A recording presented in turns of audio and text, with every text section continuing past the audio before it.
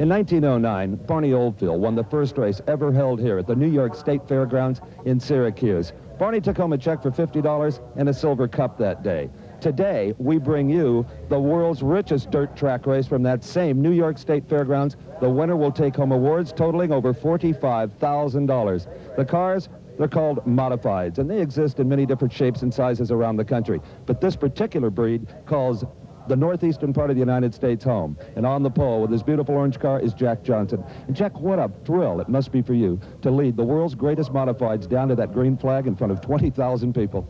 Yeah, it sure is. This is the biggest race for us all year long. We work very hard for this. This is a Daytona 500 for us. And this is as important to you, I'm sure, as the 500 would be to Mario Andretti at Indianapolis. Sure is. You know, this track historically, there's been a lot of problems in turn one on that first lap. Unfortunately, you're in the front row. That's got to feel good.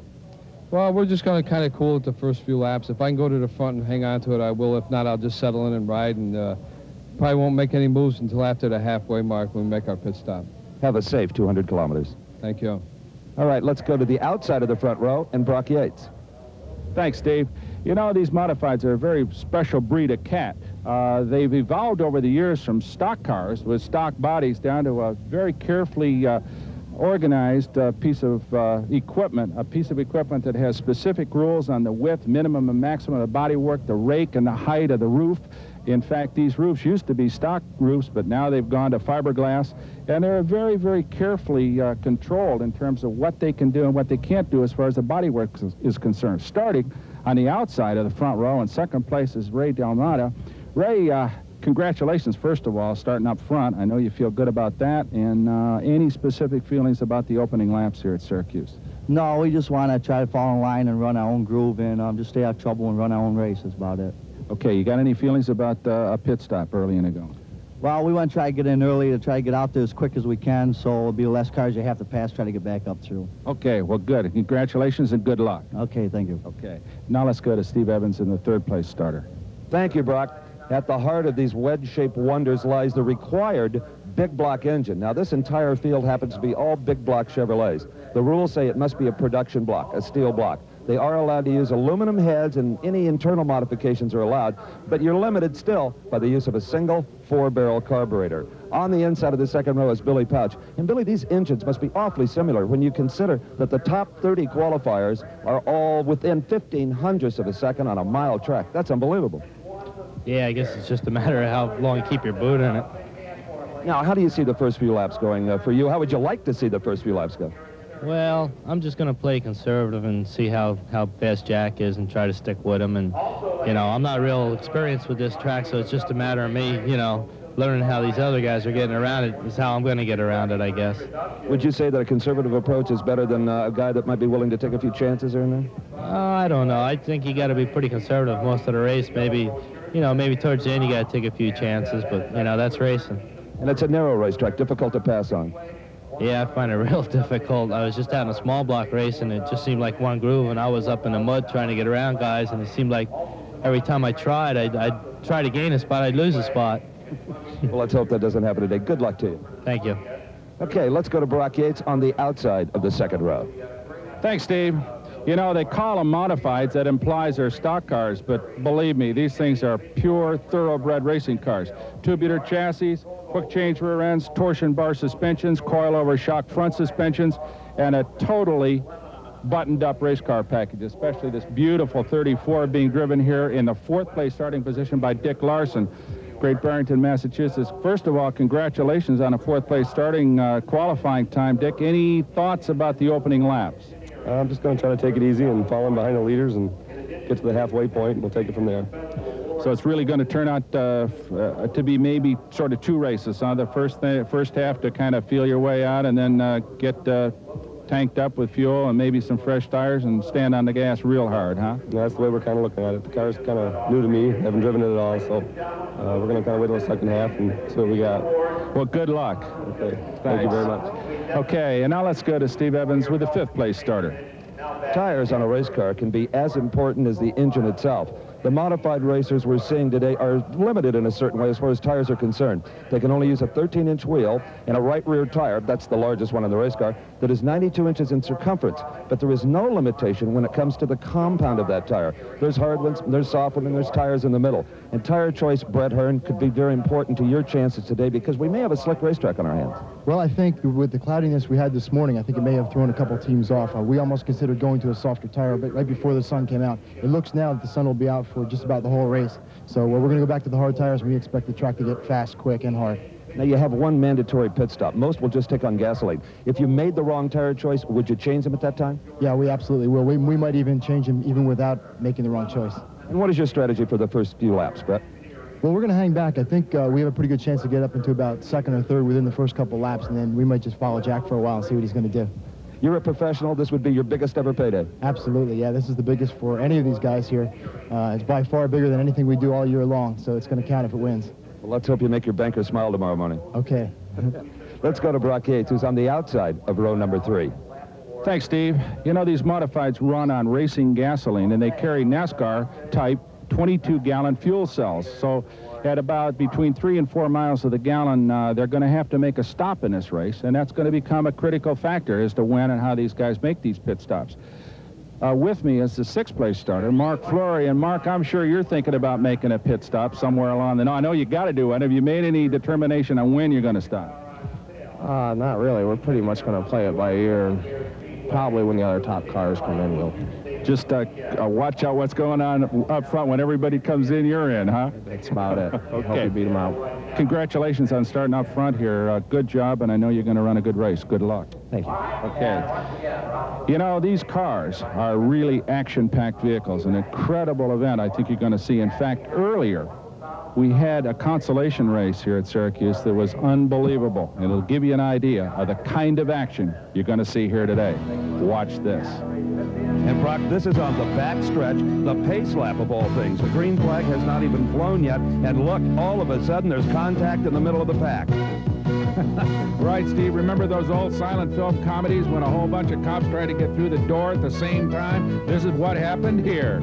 A chain reaction taking 2, 4, 6, now 8 cars involved overall. And imagine now, this is a pace lap. The domino theory is no longer a theory. It is fact now. Well, this racetrack is so narrow on the back straight that it's only about 6 cars wide, and somebody tried to make it 7 cars wide. So they all kind of bogged down and come to a stop. Frankly, I've seen more spectacular crashes on the San Diego freeway. It looks like they're setting bowling pins here. But nobody hurt. Some hurt feelings, no doubt, but they do manage to get restarted, and here we go. And there was more to win than just some prize money in this consolation race. It was the last chance for all of these non-qualifiers to get in to the big 200-kilometer feature. Now, only the top 3 move into the feature, so there was a lot to be gained here. Well, actually, there's a 4th that the press will vote in, so really 3 guys will make it on merit, as it were, and 1 more is going to be chosen out of this field. Early in the going, Maynard Ferret, just down the road in Amsterdam, New York, took over the lead in that white number 78 modified. Then big problems for Gary Uke developed. He was on fire, bailed out of his modified without any vision, suddenly was trapped under the guardrail and had to kind of crawl away from it. First of all, Gary, are you okay? Yeah. Awful lot of smoke and steam, and what else? Yeah, bad luck for the whole week, right? What happened to you? I started to miss. I figured I'd get to the inside. She blew. Tried to keep it straight so I wouldn't spin out in front of everybody, and I got oil on my helmet pretty bad, and I flopped her up the shield so I could see where I was, got out of the way. Just a bad week. So as the consolation race continued, Maynard Ferret had a commanding lead, but it was Billy Wilson, Rick Jeffrey, and Buzzy Reutemann fighting it out for that critical 3rd spot that would get him into the feature race. So the pressure really on Buzzy Reutemann in that Dayglow orange car trying to get around the maroon car of Rick Jeffrey, number 55. If he doesn't get around him, he doesn't race in the Schaefer 200. And he didn't, unfortunately. For Buzzy, he didn't make the cut, but the press box, they said Buzzy Reutemann, who won this race back in 1972, a very popular race driver all across the northeastern United States modified circuit, they said, we want him in the race, the press choice. So these 4 guys would start in the main event here at the Syracuse Mile. And they are tagged on to the end of this huge field in front of Brock, 35,000 people. I said 20 earlier. Well, we just got an official count, 35,000 people for a dirt track race. How about that, Stephen? 51 modifieds lined up here on the main straightaway from all over the eastern United States. About 16 racetracks will supply drivers. Jack Johnson, a former winner here, Ray Dalmata on the outside of the front row, and a whole pack of hard runners right behind him, including Brett Hearn. Brett Hearn in row number 3. Brett hopes to use dirt track racing as a springboard to NASCAR, maybe even Indianapolis cars. Well, I'll tell you, Steve, it's a good place to start because most of the drivers like Brett Hearn are half-mile specialists from the states of New Jersey, New York, parts of Canada, Ontario. They will run all season long on half-mile dirt. They come to Syracuse, a fast mile, and the qualifying speeds at nearly 120 miles an hour. That's a big adventure for them. Well, one man who will not be conservative here, Brock, is two-time champion Merv Treichler. He is back in the 12th row, had some difficulties in qualifying. He will not be taking a conservative approach. You can bet on that. He's a money driver. He sure is, and if he does well, it's going to be the driver really more than the car. These automobiles are very, very equal. The rules are restrictive to a point where they're all big block Chevrolets, about 460 cubic inches, all about 2,700 pounds. We said earlier the bodies are very, very tightly ruled, so there's not a whole lot of advantage, and the cars really are very equal. So this is a driver's test more than it is a test of technology. You know, Brock, a lot of racing fans around the country have only been exposed to these modified cars through pictures in racing publications. And, you know, they really don't photograph all that well in black and white. I was amazed and actually impressed by the quality of these cars. They are just beautiful. The shape is a little awkward, but certainly all the attention to detail is here. Now, technically, this is a dirt track, but the only place you really find anything resembling dirt is up high against the wall. Earlier, Brock had a chance to get down on that surface and inspect it closely. Let's give you a little bit idea about what these guys are going to face on this mile here at Syracuse. They call it a dirt track, but I'll tell you what, it looks really more like bumpy asphalt. Let me just take this penknife and try to make a little mark in this thing. This thing is as hard. This is what we call the blue groove on a racetrack. A lot of rubber's been laid down in the groove, and it's gotten real hard. And notice that there are a lot of little hard pebbles and sand in this calcium-treated surface that will begin to wear tires. And as some oil gets laid down in this groove, it's going to get plenty slippery. So this is a very, very difficult and challenging racetrack. Shouldn't see any dust here today, but we're going to see some worn-out tires and some mighty tired race drivers when it's over. And ultimately, Brock, it could end up more like an ice surface than either dirt or asphalt. We'll be back for the start of the Schaefer 200.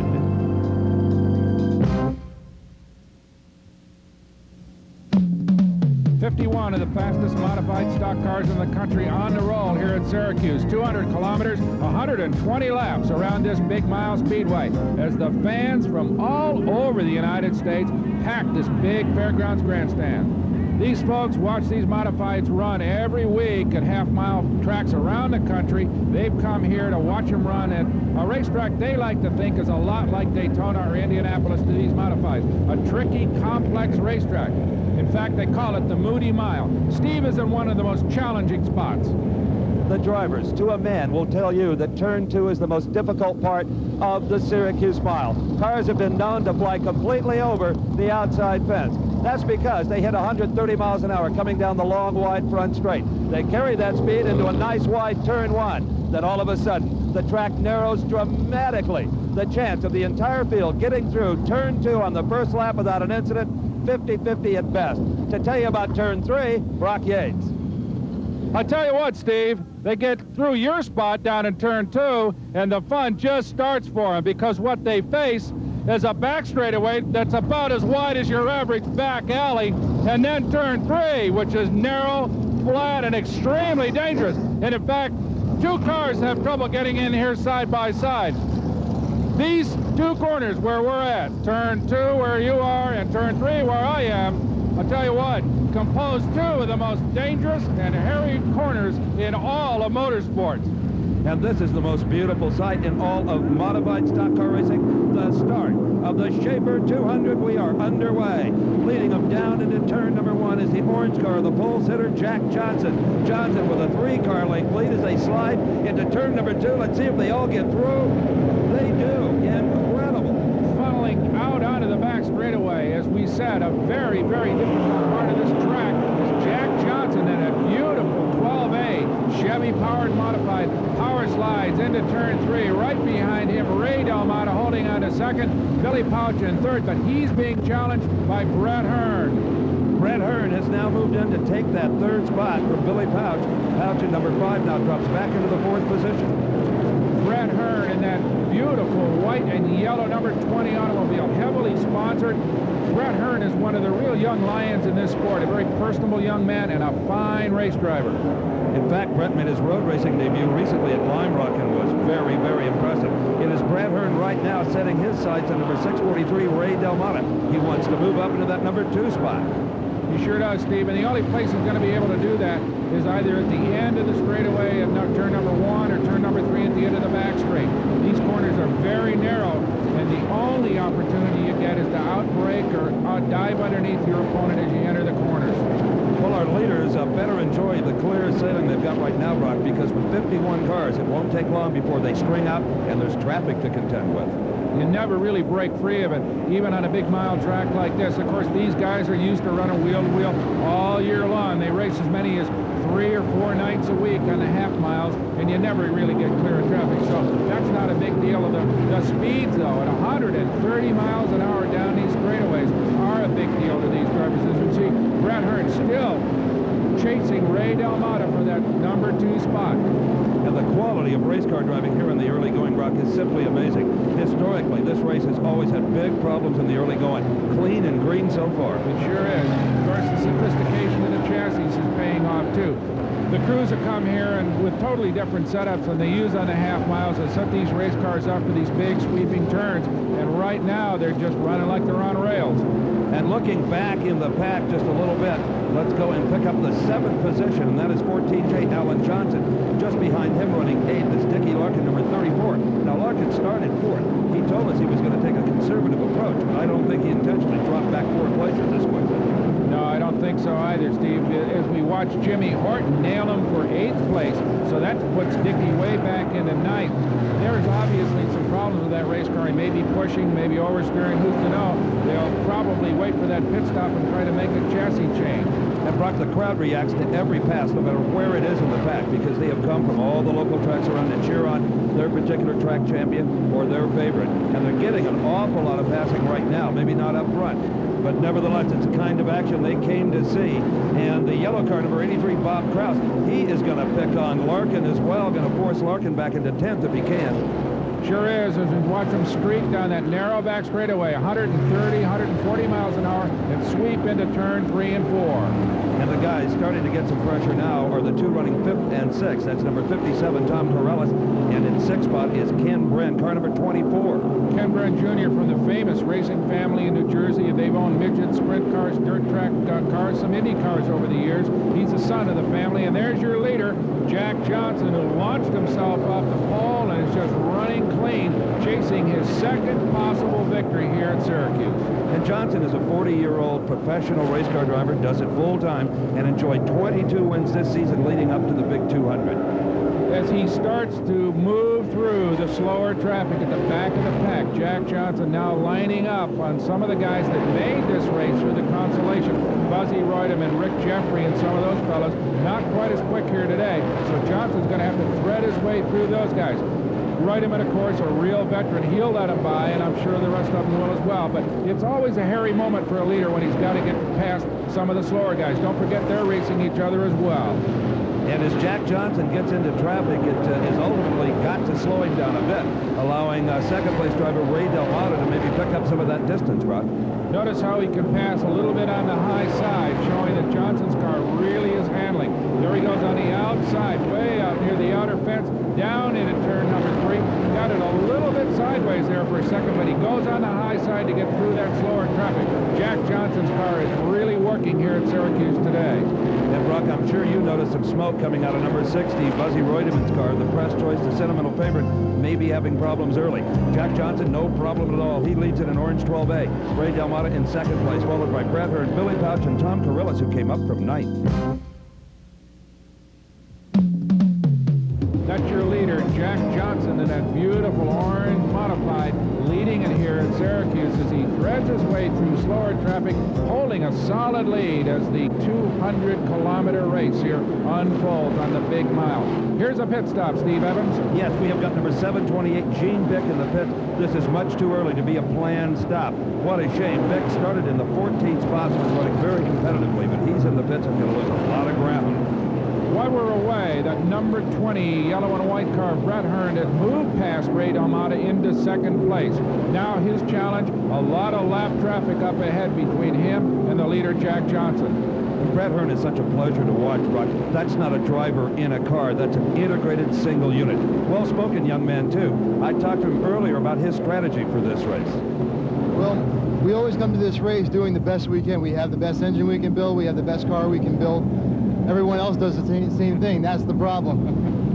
We're starting up front, which makes it a little easier for us because we can stay out of the trouble that might be in the middle of the pack somewhere.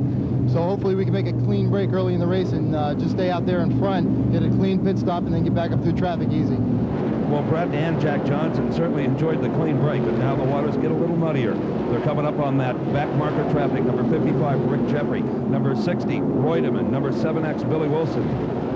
And those guys are going to have to get out of the way to let Hearn through. As you can see, he's trying to pass him like Johnson did on the outside, and that gets mighty tricky. You can get up there in those marbles, that loose stuff that gets pushed off the groove, and just a little bit out of the way, and you're up against the fence. Not a whole lot of room there anyway, as we see Brett Hearn in that yellow and white, number 20, threading his way through traffic down into turn number 3.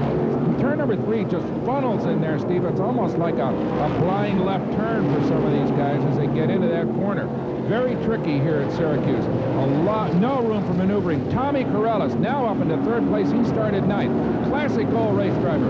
Been racing for years. Wears a bandana. Wears the old engineer's boots that the guys used to drive in. Classic, tough, good race driver, Tommy Corellis. Buzzy Reutemann is in the pits, number 60 from the state of Florida, and he is going back to the barn, Brock, done for the day, and we've got contact. We sure do, Steve. That's turn 1 up against the fence. Alan Johnson and Jimmy Horton, two of the major players here at Syracuse. They are out. Horton in that pretty number 3, and up against the fence just in front of him, Alan Johnson. They were charging, and this could change the complexion of the race, Steve. Jimmy Horton has won over 200 races in his career, but never here at Syracuse. Alan Johnson, of course, is in the record books as a winner of this famed 200. So he's going to head back down the thruway to his home in Clifton Springs. Not a repeat winner here today as the field under caution coming down the back straightaway. So as we wait for a restart, let's go to Ed Bruce in Nashville. In the past, perhaps the closest thing to the modified stockers we're seeing in Syracuse were the late model stock cars from Eldora in Rossburg, Ohio. Essentially, a late model stalker is a sprint car with a body, air dams, and ground effects. They represent grassroots American racing at its best. They may lack the sleek lines of many of the race cars we've seen, but they're certainly not afraid to mix it up, as we saw when Noel Winchester and Ken Moore decided to test the strength of the concrete wall surrounding the track. Later, the closing laps provided us with some intense driving action as S.L. Lavoie in car number 04 and Andy Ginsman in car number 15 diced it up with the checkered flag. As they came out of the last turn, Ginsman came low and whizzed by Lavoie. Lavoie had led the entire race. Ginsman was the surprise winner. Dirt track racing at its best. Right now, things are picking up in Syracuse, New York, so let's go back to Brock and Steve for the action. Right you are, Ed. We expect a restart of the Schaefer 200 at any moment. Right now, they are still picking up the debris of a 3-car non-injury incident, and here is a sad sight. Dickie Larkin brought this car, number 34, brand new and shiny here to Syracuse, and look at it now. Interesting, down on pit row, here is Jimmy Horton, who was put out of action in that crash. He is now taking the seat in 3S. Glenn Smith, the driver who qualified that car, is out of the machine. Certainly didn't take Jimmy Horton very long to find another ride. And down on pit row with Glenn Smith is Brock Yates to find out why. I'm with Glenn Smith, who just made a driver switch with Jimmy Horton in the number 3 car. Glenn, was that planned, or was that something that just came up? It was only planned if something happened to Jimmy's car, and what I see, something happened. So we just made a quick driver change. Maybe he could do better than I could. So you're going to sit out for the afternoon, I guess, huh? That's the way it looks. Oh, sorry, you were running pretty good. Trying. Good. Appreciate it. Well, the pace car has left the track, so we cannot be far away from a green flag restart. Jack Johnson is running up front in 12A. Brett Hearn in second. Tom Corrillis has moved up from 9th into 3rd, followed by Billy Pouch and Ray Dalmata, Brock. Ray Dalmata's fallen off the pace considerably. We don't know what the problem is. They may be able to correct it after the pit stops come. And here comes a green. Jack Johnson off turn 4, leading the pack. Green flag out. Let's see if Jack Johnson can just extend that lead. So far, he's commanded this race. There he goes. Got himself about 5 or 6 car lengths right away. And look at this. Tommy Corrillis has moved into 2nd place, taking it away from Brett Hearn, and now he's set his sights on the leader, Jack Johnson, in the 12 car. Well, Hearn did not give up that spot easily. He tried to fend off Corrillis and just no chance. Corrillis has been the hardest charging driver in this field today. He sure has. Races down the road in a racetrack called Lebanon Valley, just south of Albany, pretty regularly all season. Doesn't travel a whole lot, but when he comes to Syracuse, he's loaded for bear. But I'll tell you what, Brett Hearn in the number 20 car is right on his tail, and you can be sure this is going to be a good race. Hearn got nipped on the restart, but it may be that he'll be able to take it back from Tommy. Let's see what happens. And coming down the back straightaway, taking the outside is Brett Hearn, and he regains the 2nd spot. Corrillis passing him there, Brock, really woke that young man up. Well, I'll tell you what, I think Brett's got some more horsepower over Tommy because he just blew him away down the back straight to retake 2nd. Crash in turn number 3, Steve. Brock, it's another one of those chain reaction incidents. 1, 2, 3. There's 7 cars involved in this one. None of them appear to be badly damaged. Some of them already trying to get back into the race. But this is enough to bring out the yellow flag here at the Checkered 200. Stick with us. We'll be back with the restart.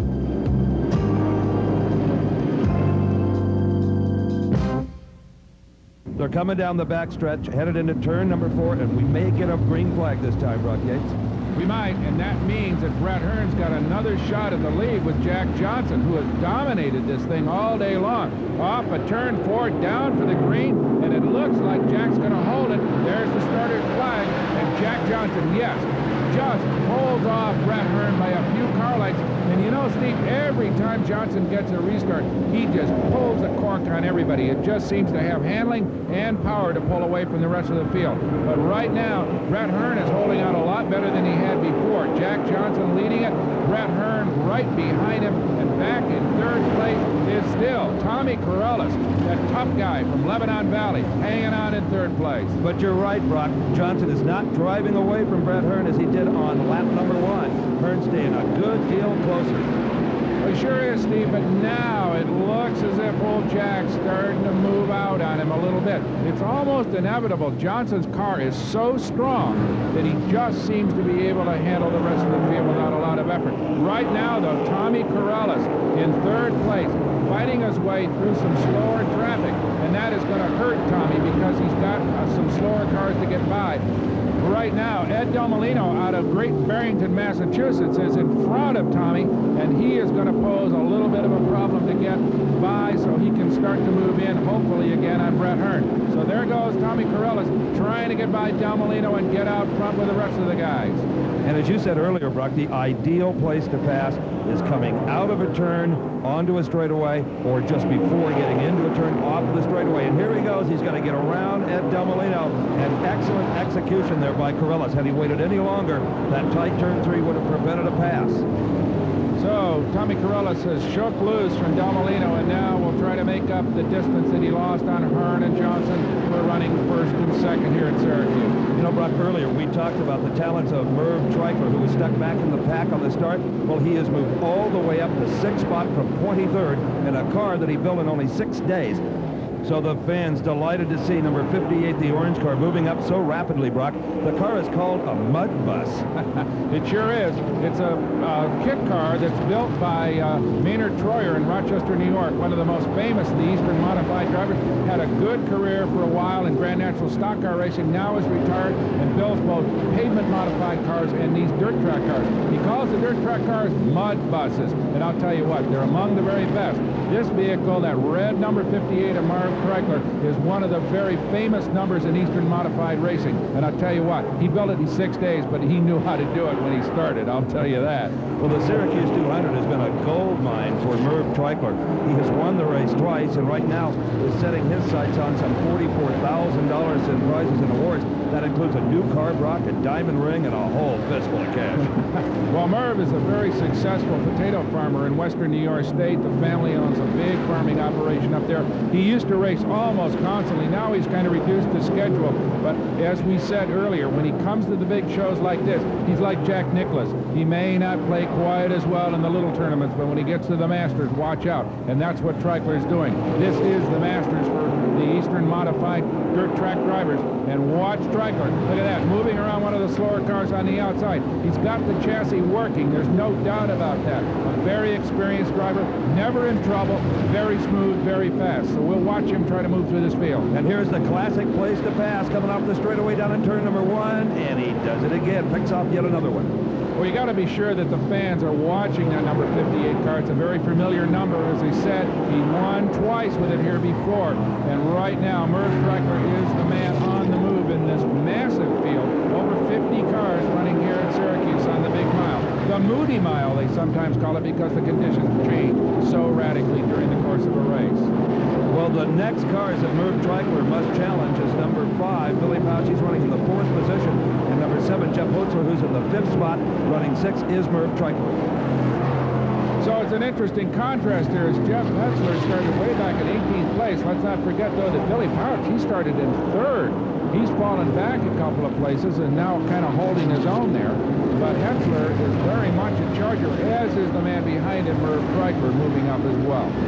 And in the middle of all of that, the yellow car is number 31. Now, he's a lap down, Mark Quinn. And the starter will undoubtedly be waving the passing flag at him. You kind of feel sorry for those guys, Brock. They're out there trying to pick up a position, too. They sure are. They're all racing somebody on that racetrack, even though at this particular time he's a little bit slower than everybody else. So I'll tell you what, both Pouch and Hotzler are having some problems getting by Mark Quinn, so he seems to have found the handle on the old race car for the time being anyway. And he's holding it. In fact, it looks like he's moved out a little bit on Pouch. You got to wonder whether Billy's just having some problems. Well, only about a half a lap behind, running in the 6th spot, is Merv Treichler, and he's coming like a freight train. We're doing it in the dirt at Syracuse. So the Schaefer 200 as Jack Johnson leads it. Brett Hearn, Tommy Corella 2nd and 3rd. But look at this. Merv Treichler passed Billy Pouch while we were away and is all the way up into 4th place in that orange number 58 Mud Bus. Coming down the front straightaway, got his sights set on 3rd place. That's Tommy Corellis in that number 57 automobile. Well, no driver out here has more fans than marvelous Merv Treichler, and he has got them on their feet now, Brock, just nailing them one by one. Well, remember we talked about the racetrack, Steve. Look at how shiny and smooth it's getting, just like asphalt. It's going to get a little bit tricky as Merv tries to set up Tommy as they go down into turn number 4. Way at the far end of the racetrack and come off down the big, wide front straight. Let's see if he can get by him. This is the place where he'll try to pass. He's going to duck underneath him on the inside. Can't do it. Corella shuts the door as they head into turn 1. By staying high there, Corellis avoided that pass, Brock. Good driving on his part. Well, he's a veteran.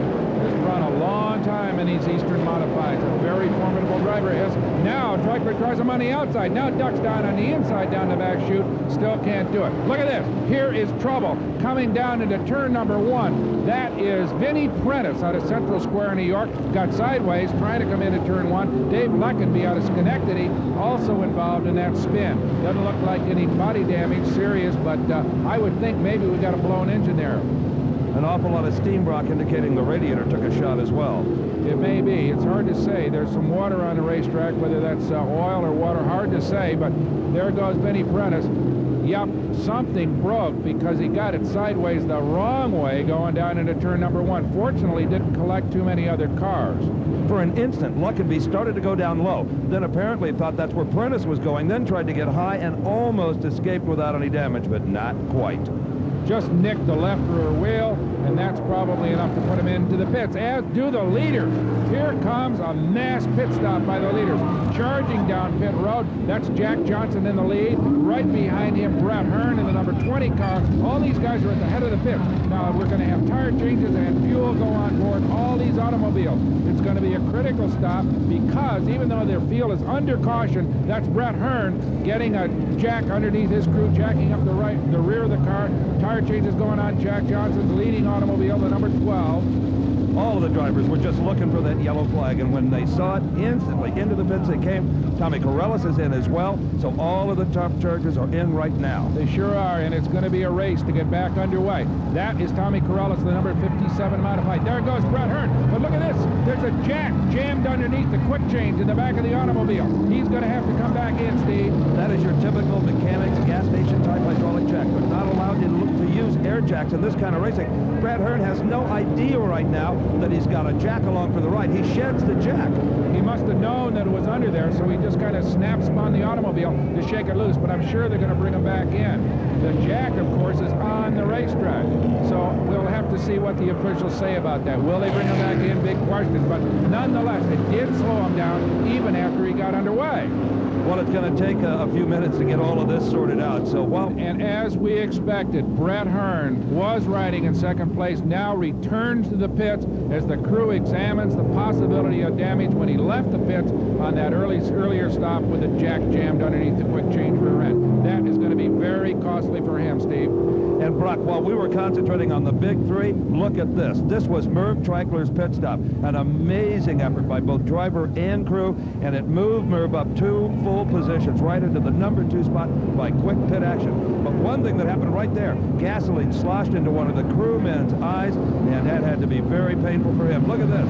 He has got gasoline in the eyes, and it does burn. But he doesn't give up, does he? He sure doesn't. Of course, nowadays, a lot of the NASCAR guys are using goggles to protect themselves from that high-octane gasoline. There goes Treichler, just roars out of the old pits and back into the race, as now they're going to try to wash the gasoline out of the crewman's eyes. But I'll tell you, one brave man, he hung with that fuel until he got it in the tank. That's an 11-gallon NASCAR-type fuel can. They're going to wash down his eyes. A lot of pain. Boy, I'll tell you what, I've gotten some gas in my eyes over the years, and you can believe that it hurts. Well, Merv Treichler's pit stop moved him up, but look at this. On top of the pile is Carl Collis, car number 12, who started in the 28th spot. Amazing. We're going to see quite a race when the green flag again falls.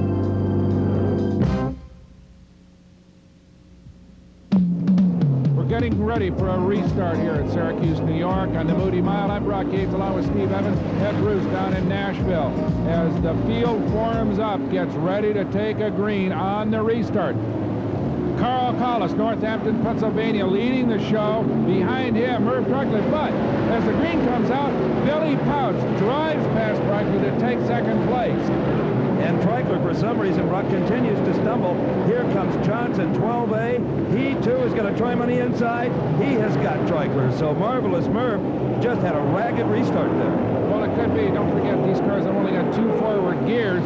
Could be Merv just bogged down a little bit on the start and just was slow to pick the momentum back up. So Jack Johnson back in the groove again. Let's not forget, he's been the strongest driver here all day long. That orange car of his running out front most of the day until a pit stop put him back into 3rd place. And Merv Treichler has finally managed to get around the yellow car that was a lap machine and now trying to close up on Jack Johnson. We've got a terrific race on our hands here, Brock. Sure do.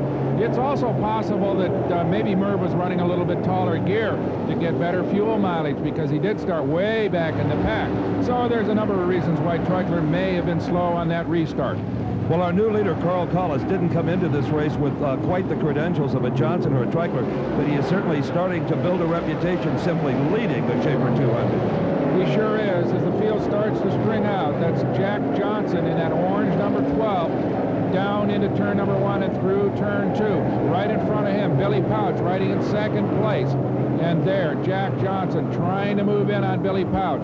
That car, 12A, very strong all day long. We'll see whether he can get by him as they go into turn 3, heading down into turn 4 and onto the main straightaway. Johnson is going to try him on the inside. He pulls him alongside, and he makes it work. And look at this. Merv Treichler moves by Pouch as well. Good pass by Treichler. So the red number 58 of Merv Treichler moves past that white number 5 of Billy Pouch. Billy got wide coming out of turn 4, and that was enough to let both Johnson and Treichler pass. Well, the way Johnson and Treichler are flying now, Carl Collis' lead may be short-lived. right, Steve. Looks like 3 team cars there. Actually, they're not. The lead car is a lap car. Next is Jack Johnson, and the number 12 behind him, the red 58 of Merv Treichler. Jack Johnson, though, now starting to show some real muscle as he moves by a slower lap car as they enter turn 1. A nice pass by Jack Johnson, a real pro, 40 years old, won here in 1979, runs a speed shop out of Waynesburg, New York, and is his own team manager, runs his own team. A very effective, full-time professional, runs as many as 100 races a year. Let's go to Steve and Merv Treichler's pits. John Harvey, Merv is really flying out there, but how's the boy that got the gasoline in his eyes? Is he okay? Yeah, he's okay. We got it washed out in time, I think, you know. What's Merv saying about the racetrack? So greasy, comfortable, but, you know, we're just off here and there, but, you know, he's got a lot of experience, he's got a lot of confidence himself here, you know. And that means a lot out there when, you know, somebody's chasing you, you know. Well, for a car that was built in 6 days, you're doing just fine. Yeah, thanks a lot. Imagine if they'd had a whole week. They might be leading instead of back in 3rd place, chasing this man, number 12, Jack Johnson, riding in 2nd behind Carl Collis as the Schaefer 200 continues at Syracuse, New York.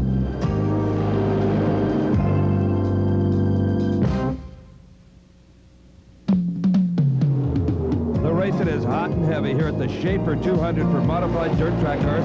I'm Steve Evans along with Brock Yates and Ed Bruce, who'll visit with us from down in Nashville. Carl Collis is the leader still at number 12, but a lot of pressure, Brock, from Jack Johnson and Merv Treichler. Absolutely, Steve. Of course, Jack Johnson been the strong man here all day long. Started on the pole and only lost the lead through a pit stop. But Merv Treichler, the big story, started way back in 23rd place, been up among the leaders all day. Same way with this man, Billy Pauch. 3rd place start, now in 4th place. Been right there all day long, but not quite enough strength to lead him. And here we can see that Carl Collis' lead is shrinking. That is Jack Johnson, slowly but surely coming up on his tail. Behind Johnson, also making progress, is Merv Treichler, the orange 58. Steve, here's some bad news. Tommy Corrales, what a courageous charge. Started in 9th, got all the way to 3rd, then fell back to 5th, and now he's coming into the pits, and this is under green. This is surely not a scheduled stop for him, and that could blunt what has been a terrific drive for him all day long. Well, as you mentioned, Brock, he came in under green, so as the leaders here thunder around the racetrack, they're just putting more and more time on Tommy Corrales. In fact, he'll be a lap down now. That is Carl Corrales, 12W, the white car, still out there in front, with Jack Johnson at 12A running 2nd, and Merv Treichler may be drifting off the pace a little bit back there in 3rd. Can't even see him right now. Well, more than that, Steve, remember in the other restarts, Johnson's just blasted back into the lead. Not now. Collis holds on. There goes Corrales getting under. No, we thought he was going to get underway, but he's made another left turn and gone in behind the pits. That probably means Tommy Corrales out for the afternoon. Tough break. Well, continuing your thought, though, Brock, and it's a good one. Jack Johnson early on demonstrated the kind of horsepower that would have easily overtaken Carl Collis. Either Collis has found some extra oomph in that machine, or Johnson just doesn't have it. Well, it could be that Collis made some chassis changes during that very rapid pit stop that he made that got him into the lead, because the car is really hooked up in the corners, and Jack Johnson is just having problems. Earlier in the racing, Johnson was just faster than everybody through these big wide corners at Syracuse, but not right now, although he seems to be able to move in a little bit on Collis down this front straightaway. Well, Johnson, too, Brock, may be pacing himself just a little bit. Not all that anxious to pass Carl Collis. He's got plenty of time to do that when indeed he has to. They'll run 200 kilometers here with just one pit stop. Anybody that has to go in for any extra repairs other than that mandatory and necessary fuel and tire stuff is not going to win the Schaefer 200. You've got to do it with just one stop. So getting around a lap car very easily, 12W Carl Collis out there in the lead, the white car, the beautiful 12A of Jack Johnson. Remember the pole sitter, 79 champion, right on his tail. Only Johnson knows if he's having any problems or just cooling it back there, comfortably drafting along behind Carl Collis. Well, the absence out there of freeway-like traffic tells you there has been tremendous attrition already in this 200-kilometer race. An awful lot of cars are back in the pits, the drivers scratching their heads, wondering where they went wrong. And, of course, one of those drivers, a very competitive guy who was up as far as number 3 with his 57 car, Tom Corrales, retired early, and Brock Yates has caught up with him down in the pit area to find out just exactly what went wrong with that machine. I'm with Tommy Corrales, who just did a super job here, got up into third place, was running real strong, and then suddenly you lost some nutball piece and put you out, right? Well, we were losing a lot of gas out of a gas line or something, and the power steering started working, so we assumed that the belt started slipping on it. Maybe the pump and the power steering was going at the same time, too. But I just couldn't run it with it coming on and going off on me in them corners. It just jeopardized too much equipment. Sure. Well, you probably could have lost it at any corner when the thing came in on you and whatever. You didn't know when it was coming in or going out. No, I didn't know, and I didn't want to hurt nobody else out there. And I could have rode it out, but I would have never finished up there. So best Tommy, congratulations. You did a super job. We're proud of you. Thank you. Well, Brock, the battle has heated up for the lead, and Jack Johnson is making a move on Carl Collis. Collis leading it in 12W, but here comes Johnson. A moment ago, he was right up on his tail, drifted back. Johnson has got the power to get around him, I believe. Well, it's going to get interesting now because they are moving up on some lap traffic, and one false move by Carl Collis will give Jack Johnson the opening that he's looking for. There they go, a collection of slower automobiles now in front of him. And look at this, Johnson moves underneath Collis. A pass underneath to take the lead, just probably as Collis tried to set himself up to get through some lap cars. Johnson positioned himself perfectly, and here you see him continuing. Now, Collis down on the inside, but the lap car is going to prevent him from passing, or will he? Well, a good aggressive move on the part of Jack Johnson, yes. In fact, Collis is going to get held up a little bit by that slower automobile, so Jack Johnson gets himself maybe 2 or 3 car length lead coming down the front straight. Took command of that in a beautiful pass in some heavy traffic. The difference between a winner and loser oftentimes in this kind of racing is the ability to run in traffic, and Jack Johnson sure showed he can do it. Johnson using those lap cars just like pawns in a chess game. Now we see why modified dirt track racing is so very popular in this part of the world. But the best race on the track has got to be for second place between the white car 12W of Carl Collis and Marvelous Merv Treichler in number 58, Brock. Well, Steve, I think Merv's got a little bit more straightaway speed than Collis has at this point, but Collis is doing a terrific job of making that car about 10 feet wide and making it hard for Merv to get through, especially with a lot of traffic around in the racetrack. Also, let's not forget that the racetrack is now getting really hard. It's got that old blue groove laid down, oil and rubber, and the racetrack is really more like asphalt right now. It's going to be interesting to see if we do get tire wear on these later stages of the race. Notice, too, that there's some potholes starting to develop in the racetrack as well, which could be damaging to suspension and could get somebody sideways. They're right in the middle of these corners. Well, the track is difficult at best to pass on, and now it's even more treacherous. I think possibly that's why Merv Treichler is being a bit conservative here, trying to get around Collis. All you got to do is hook a rut with one of these dirt cars when it's sideways in a corner, and you got one upside down, and of course that can change the complexion of the race instantaneously. You know, Collis maneuvered through that wad of slower traffic really effectively and has got himself a pretty good lead over Treichler right now, Steve. Well, the chassis adjustments made during Collis's one and only pit stop are really paying off for him now. Only Jack Johnson has an equal handling race car out there. And in the pits is Ray Dalmata. He started second on the group in car number 643. Dalmata, and there's a sign to his crew that he's going to cut the engine. They are done for the day, Brock. That's too bad. Ray has never really been a factor, though. He fell back early in the going as this man, Brett Hearn, who started out, remember, way up front, ran, challenged for the lead early, then had that jack incident in his only pit stop, fell back, is a lap down now, and is riding in 7th place. But you can see he's still standing on the gas and trying to make up as much ground as he can. But I'm afraid that he's not going to be able to win his first Schaefer 200 here today. In the meantime, up ahead of him, Ken Johnson riding in 6th place in car number 64. He is no relation to the leader, Jack Johnson, and in fact, there are a couple of other Johnsons that started the race as well. Alan Johnson and his younger brother, Don. They, of course, are related. The other two aren't. But nonetheless, Johnson surname well represented here at Syracuse today, Steve. Well, this Johnson, Ken, in car number 64, has got his sights set on Tom Wilson. Tom is currently riding in the 5th spot in car number 113. He has done an incredible job, and you consider Tom Wilson started 39th. There's Tom in that bright blue 113 modified car. Of course, these vehicles all look very similar body-wise and are very similar. All about 2,600 pounds, all carry big block Chevys, all running with 4-barrel carburetors on gasoline. They're very evenly matched automobiles, Steve, and very reliable for the most part. And the shape of these cars was never on anybody's drawing board, really, Brock. It just kind of evolved as the rules changed and guys tried different things. They ended up with a very efficient wedge-shaped car. If you look very closely and you use a lot of imagination, you can sort of see an old Gremlin body that a lot of them used originally, but now they've been very much modified to resemble modified cars. That's all they are. They're a class unto themselves. Not, as you say, they're not going to win any styling awards or any beauty contests, but they sure work as race cars. Well, one race car that didn't work as well as its driver had hoped was the car of Ray Dalmata. Brock is down in the pits right now with Ray to find out what happened. I'm with Ray Dalmata, who just started second, ran a real strong race, and then suddenly some problems. What was it that put you out, Ray? I don't know. Something broke inside the motor. It's been getting flatter and flatter all afternoon. It didn't seem like you were real strong for after the first few laps. Did you feel some power going away on you right away? The motor started getting warm, and then it just running flat all afternoon on the straightaway. So I don't know what's wrong. Well, we're sorry you're out. It's racing. Well, a philosophical attitude is a good thing to have if you're a race car driver. And Brock, I don't know if you can see it from your vantage point down the front straight, but out on the racetrack is a tremendous competition for that 5th position.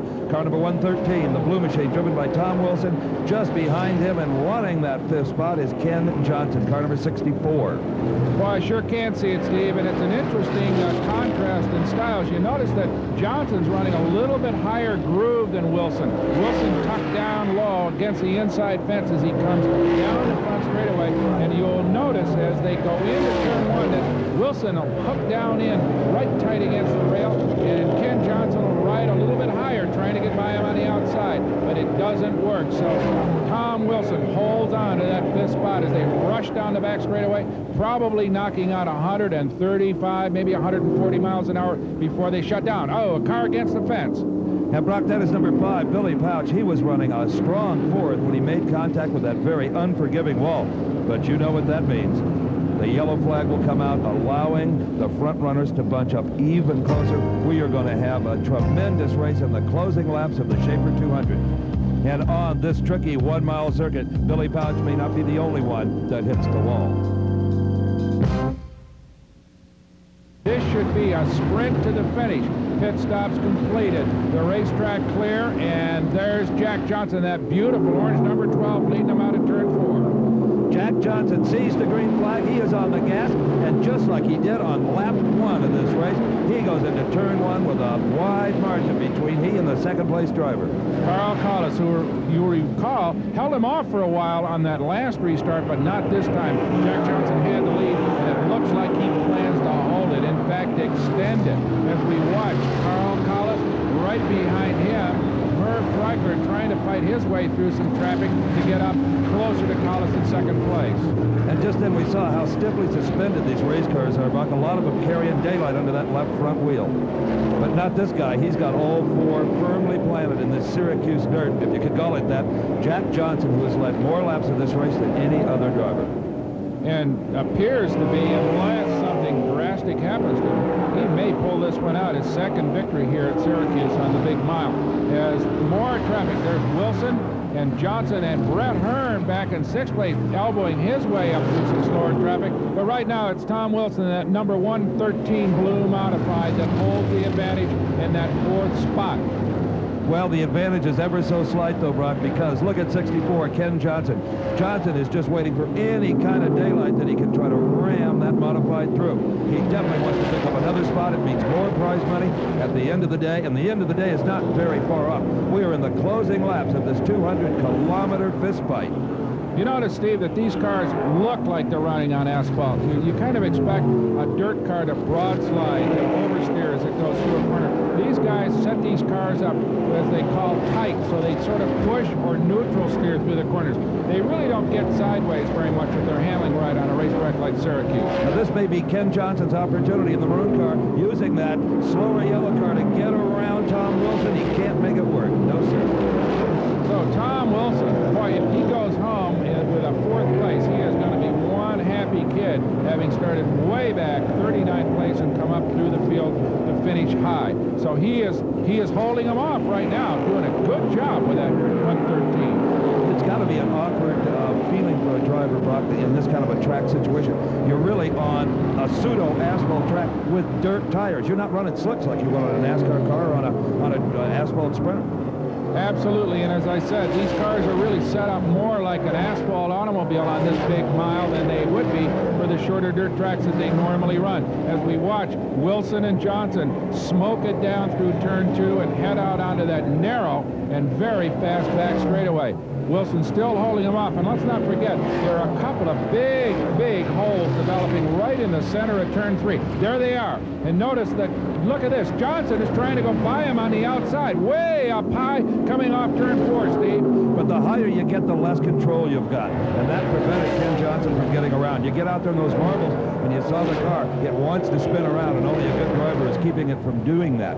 You know, tires, that's really the greatest expense these guys face from race to race, and you can see why. Just look at all the rubber on the track. If there was any way to scrape all that up and recycle it, you can make a lot of tires. Well, this sanctioning body has specified relatively small and narrow tires for these cars, specifically to hold down the cost. And Brock, that sanctioning body you mentioned is called DIRT. It stands for Drivers Independent Racetracks. And this is the first time that our Diamond P Sports crew has had a chance to work with these guys. And I'll tell you, it's been a big pleasure. We'd like to thank them for all of their help and their technical assistance. And Jack Johnson, incidentally, our leader way out in front there somewhere, is leading the points with the title of Mr. Dirt. Now, to be called that would be an insult to some people, but around here, that's as good as it gets for a race car driver. It sure does. These guys have done a terrific job of organizing the tracks in the Northeast. Very popular kind of racing. As we watch, once again, Ken Johnson try that outside groove. He's been trying Wilson all afternoon that way. Can't quite pull it off. Well, that's because Wilson has positioned that blue car so perfectly, Brock. He can't go down low. There's not enough room, and he goes high. He gets in the marbles. He's all over the place. But he sure can run a little bit higher than Tom Wilson, and that indicates that probably Ken Johnson's car is handling a little bit better, but that outside groove just doesn't work for him. So he's going to have to duck underneath Tom Wilson to get into that 4th spot if he is going to pass him at all. And very little time remains for this man, Carl Carlos, in car number 12 to catch the leader, Jack Johnson, and also for the 3rd place driver, number 58, Merv Treichler, to get a handle on College. You can see him just behind him. Well, there could be an opportunity for him right now. There are 2 slower lap cars coming up. Collins going to go low to try to get through him. Treichler, what'll he do? He may go high. Yes, coming off turn 4. Treichler goes high, ducks down low, but Collins gets through. Treichler gets through. He loses his opportunity to catch Collins. We saw what a master Merv Treichler is at using those lap cars to his advantage, but this time getting high out of that corner, Brock, probably cost him the pass. Well, it could be that it was a gamble, that he thought that might be the high line to get by, but it didn't work. And even now, he's still slowed up a little bit by one of the slower automobiles as Carl Collis out front there moves out to a bigger advantage than he had before. So Collis got the break in the middle of that slower traffic. And as the drivers cross the start-finish line, they see the white flag. They are going on to the last lap of the Schaefer 200. Less than 1 mile separates Jack Johnson from over $40,000 in awards. So there he goes, smoking down the back straightaway here at Syracuse. Turn 3, little bump. Across those, no problem. Into turn 4, down the front straightaway. He sees the checkered flag, and Bobby Wilson's waving in front of him. And here he comes, the winner at the Schaefer 200. So Johnson will win it. Carl Carlos will take 2nd spot. Merv Treichler will hang in there for 3rd. There's Johnson, the winner. But what about that 4th position race we've been watching? Will Tom Wilson or Ken Johnson get 4th? It is the blue car. It is Tom Wilson. Johnson never able to get around. So a good race all day long. We saw some guys coming from way back in the pack, including Treichler and Wilson. Of course, the winner off the pole, this man, Jack Johnson, who dominated the race to earn the biggest payday of his career. We'll be back to talk to him after this. All right, crawling out of orange number 12, the 200 champion, his 2nd win. The first one came at 79, waving to the fans in the stands, and all of his crew. Jack Johnson. Excuse me. Jack. From pole position to winner's circle. It can't be done any better than that. Unbelievable. I'll tell you, these guys did a heck of a job preparing the car. Everything worked out just right, and I'll tell you, I really couldn't be happier, really. I'll tell you, Carl Collis was not that far behind you. If you'd made a little mistake, he'd have got you. Well, Carl's a real good runner, and I know he runs tough all year long, and I was ready for him today, though. We have it covered. Any anxious moments out there, especially in turn 3? Well, lap traffic was a little bit of a problem. These guys are all racing for a spot, and you can't expect them to move right over, so we had a race with them today. And luckily, everything went our way today. You got a beautiful new car to drive home, a diamond ring for your pinky, and a sack full of cash. Congratulations. Unbelievable. Unbelievable. Jack Johnson conquers the Moody Mile today. Well, the crowd is mobbing Jack Johnson down here, Brock, and in the process, accidentally crushing me. So let's go to you with the second place finisher, Carl Collis. Carl, let me get you out of the race car here. Carl, congratulations. Fantastic effort. 28th to second. You were moving. Any problems at all? Well, we had a problem early on in the week. We're trying to get it ironed out. We're just down on horsepower, trying to catch Jack. This race car just got hooked up real good, though. Any problems in the race at all? No, we had a little temperature. Motor started running a little hot on us, but other than that, everything ran good. Eyeballing that 12 for a while near the end, weren't you? Yeah, I was. Congratulations. Super work. Thank you. And now let's go to Steve with the third place finisher. Well, you look back at qualifying and you wish it was a little higher than 23rd. You were so close. Well, the car ran real well until we had our pit stop, and then we picked up a vibration, and it got worse and worse and worse. I think it was a crankshaft or the tail shaft and the transmission. It's so hard to tell. They both vibrate about the same, and then I just was glad to hang on to third. Have you ever seen a safer 200-mile race here? Pardon, I didn't hear. A safer 200-mile race here? It was really great. There was very little caution. In fact, we were going to wonder there when we were going to get a caution. A couple bad wrecks, but at least they come out of it all right. I would tell you, your crew did a wonderful job on that pit stop. We were there. Well, they've been good. They've been changing tires right along for me and putting gas in the car and getting the car ready. I owe all that to them. They did it for me. Well, congratulations on a beautiful drive. We loved watching it. Thank you. We sure did, Steve. A great show here at Syracuse on the great mile track, historic mile track. Since 1909 they've been running here. Jack Johnson, the winner. Carl Collis, a close second. And for a very wet race queen, this is Brock Yates, along with Steve Evans and Ed Bruce, saying thanks for joining us at the Syracuse Mile.